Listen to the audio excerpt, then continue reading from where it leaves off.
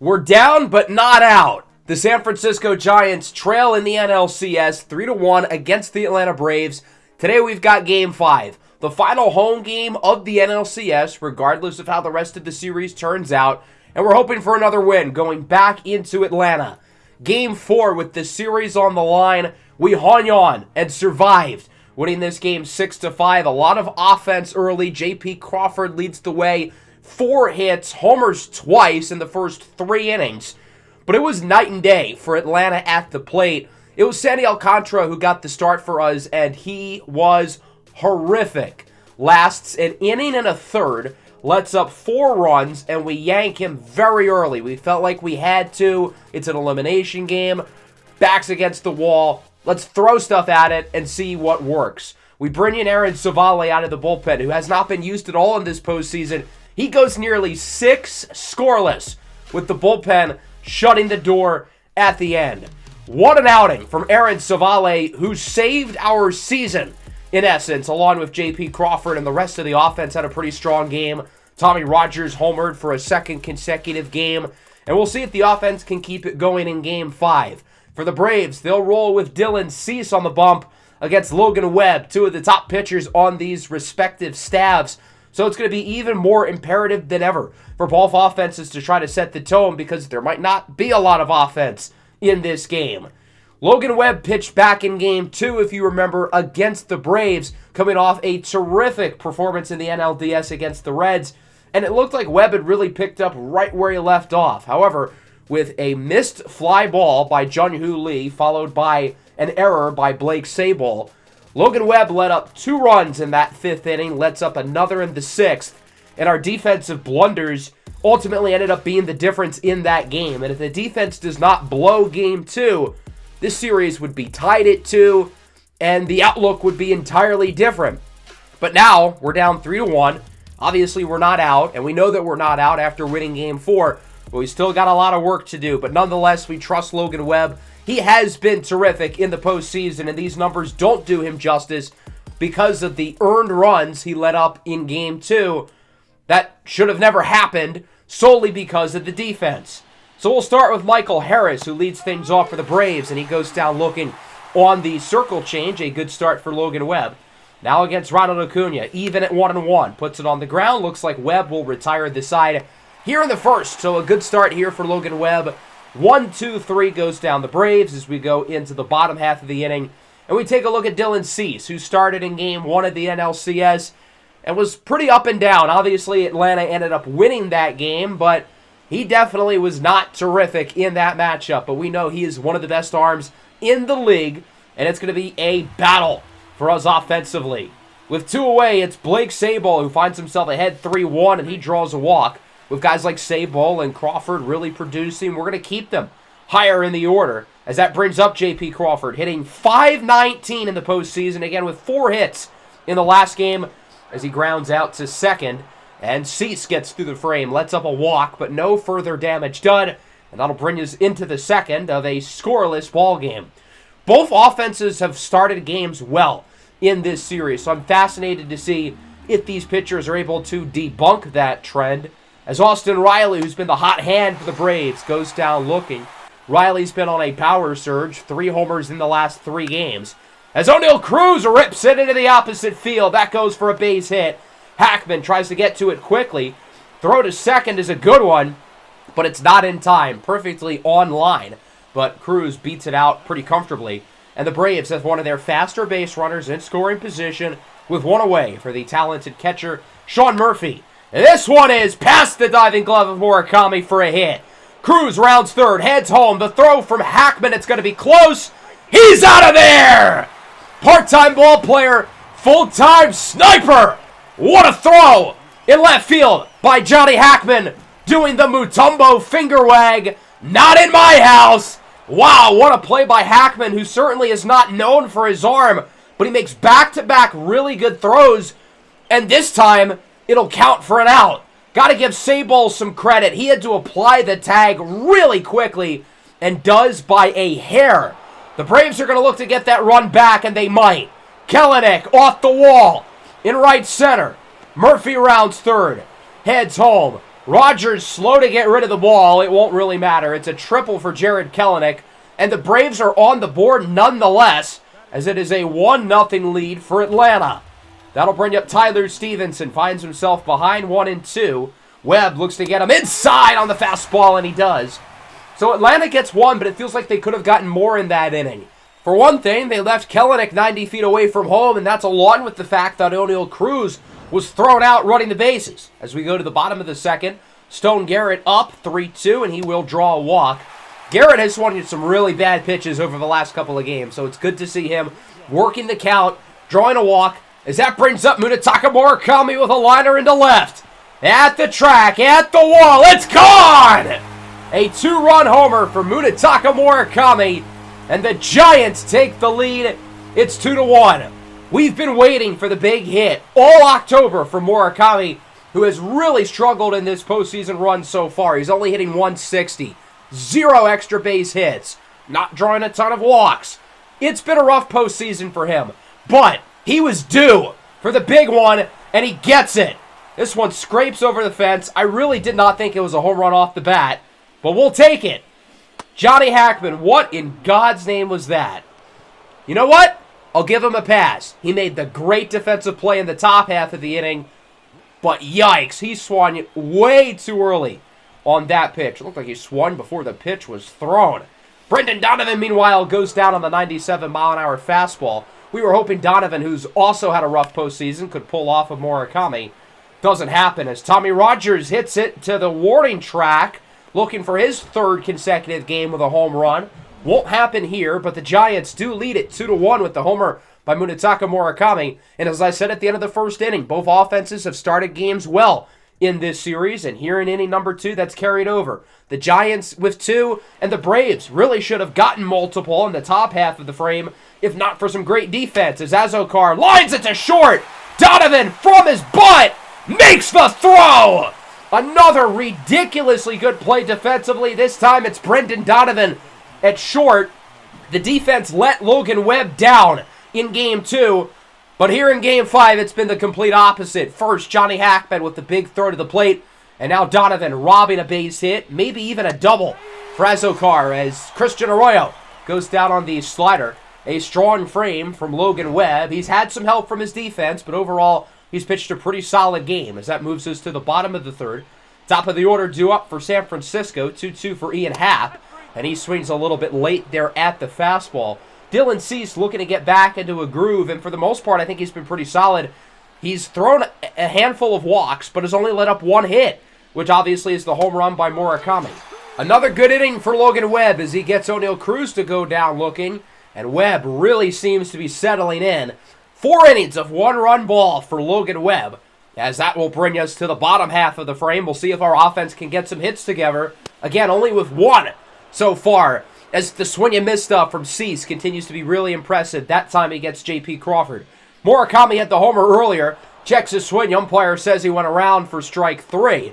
And Dylan Cease retires the side. Both pitchers had that rough second inning, but since then, both guys have been nails. As that brings us into the 5th. We'll see if either one of these pitchers slows down or if they're able to keep it going.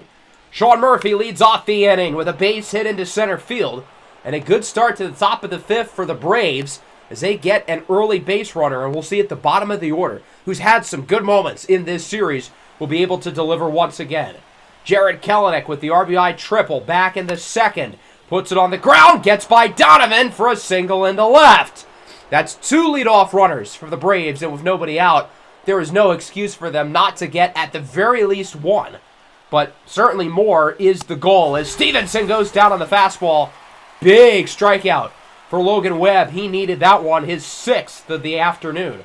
And that'll bring up Jose Azokar. 2 on, 1 away. Swinging a miss on the sinker. Another punch out for Logan Webb. He's not a strikeout guy, but his swing and miss stuff has been impressive too. Michael Harris, the 1-1. Sharp grounder to third. Murakami, the throw is in time. And the Braves lead the inning off with 2 early base runners. And being where we are in the postseason, we could have made the desperate decision to go to the bullpen after allowing the second hit. But we trusted Logan Webb to get out of the jam, and he does. Giants hold on to the lead as Hackman goes down on the high fastball. Another strikeout for Cease. San Francisco still with only one base hit today. Tommy Rogers now got him looking. That did not look like a strike from this angle. I thought that pitch was clearly low. Also a little bit inside, but Rogers does not get the call. 5 innings of one-hit ball from Dylan Cease, yet his team is losing. And that'll bring us into the 6th. Logan Webb remains in the game as Ronald Acuna gets that one down the line for a base hit. Acuna probably thought about going to, but with Hackman's throws today, he stays at first. Could have maybe been safe, but can't argue with them wanting to take the conservative approach and not go for the risk. And from there, Logan Webb's day is done. Overall, a really strong outing from him. 5 1/3, 1 earned run. We'll see if the Braves can bring in Acuna to make it 2. He's gotten a little sloppy over the last couple of innings with 3 hits allowed. But overall, he's pitched a good game, but I don't want to keep him in there too long to where we might regret it. And Yel de los Santos will come out of the bullpen. In my opinion, the most consistent reliever on this team in the regular season, and that so far is carried over to October as Acuna goes for second. Throw from Sabol is not in time. A stolen base for Ronald Acuna, and he's in scoring position. A base hit should tie this game for Atlanta. So we'll see if they're able to drive in the run. It's a full count here for Austin Riley. And with Acuna at second now, we might be a little bit more willing to dance around the strike zone. We don't want to give him anything good, and he draws a walk. So Riley's aboard. 2 on, 1 away. One of the most pivotal points of this NLDS so far. It's O'Neal Cruz with a sharp liner into right. But Jun-Hoo Lee is under it. Acuna will wisely hold up at second.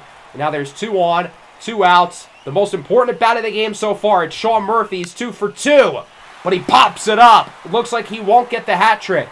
Murakami under it. He makes the play. And then Yel de los Santos gets out of the jam. The Braves have left 4 base runners over the last 2 innings. That's been the issue for us throughout this series, but not today. You can't leave runners on base if you don't get runners on base to begin with. Blake Sabol went around. It feels like these guys are swinging with blindfolds. I mean, this is hard to watch. Still only 1 hit through 6 innings, yet we are still winning. As we go into the 7th, John Schreiber out of the pen for the Giants, and we're hoping the back end can close the door with Romero and Duvall warming up as Tyler Stevenson singles into right. Another base runner here for Atlanta. We'll see if they'll leave him on too, or if they can drive him in, look to tie this game and maybe take the lead. Jose Azocar on the ground, gets by Donovan.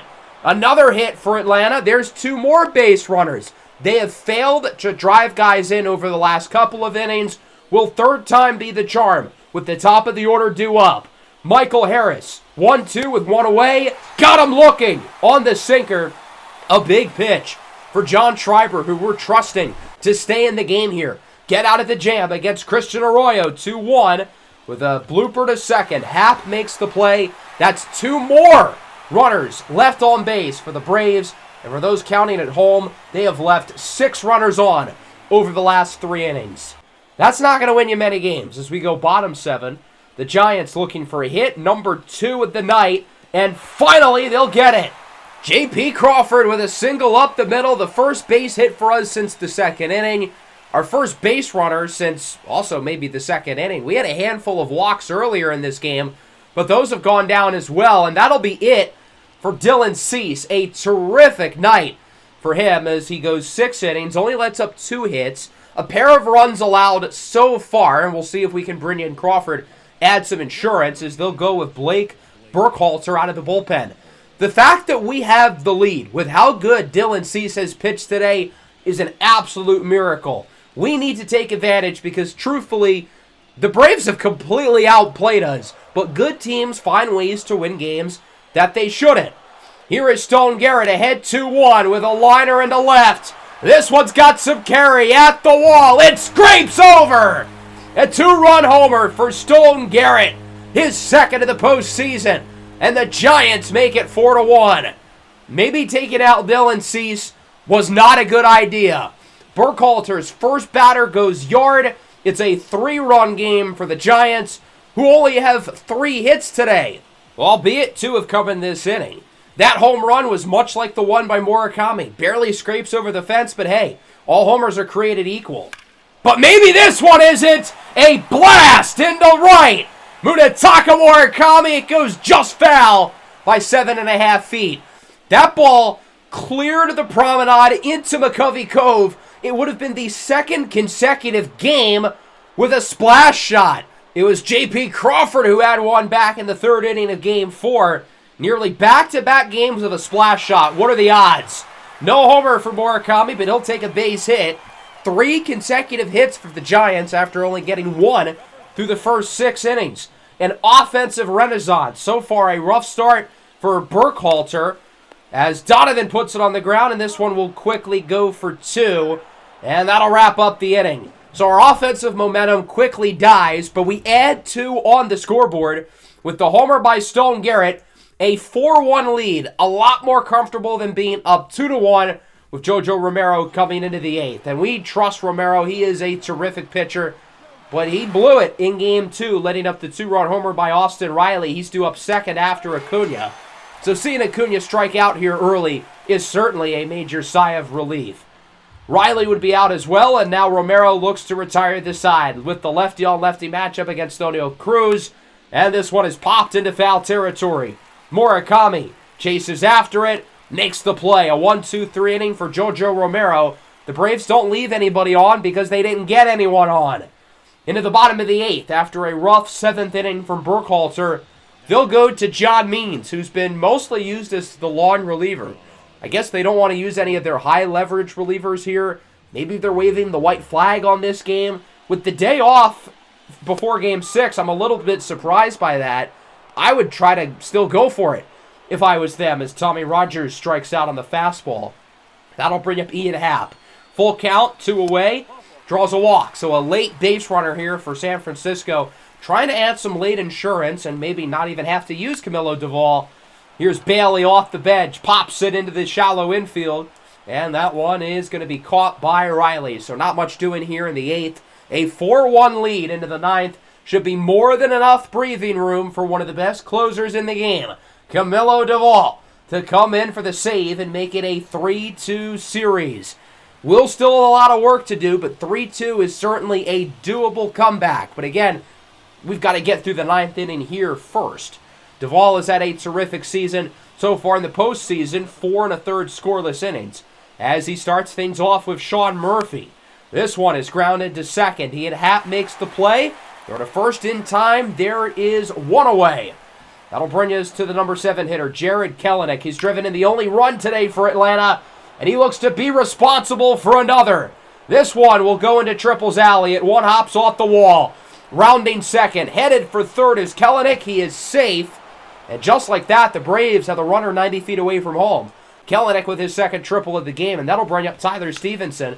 This ball is on the ground. Happ bobbles it. Throw to first is in time. Close call for out number 2. Run scores, and so it is a 4-2 ball game.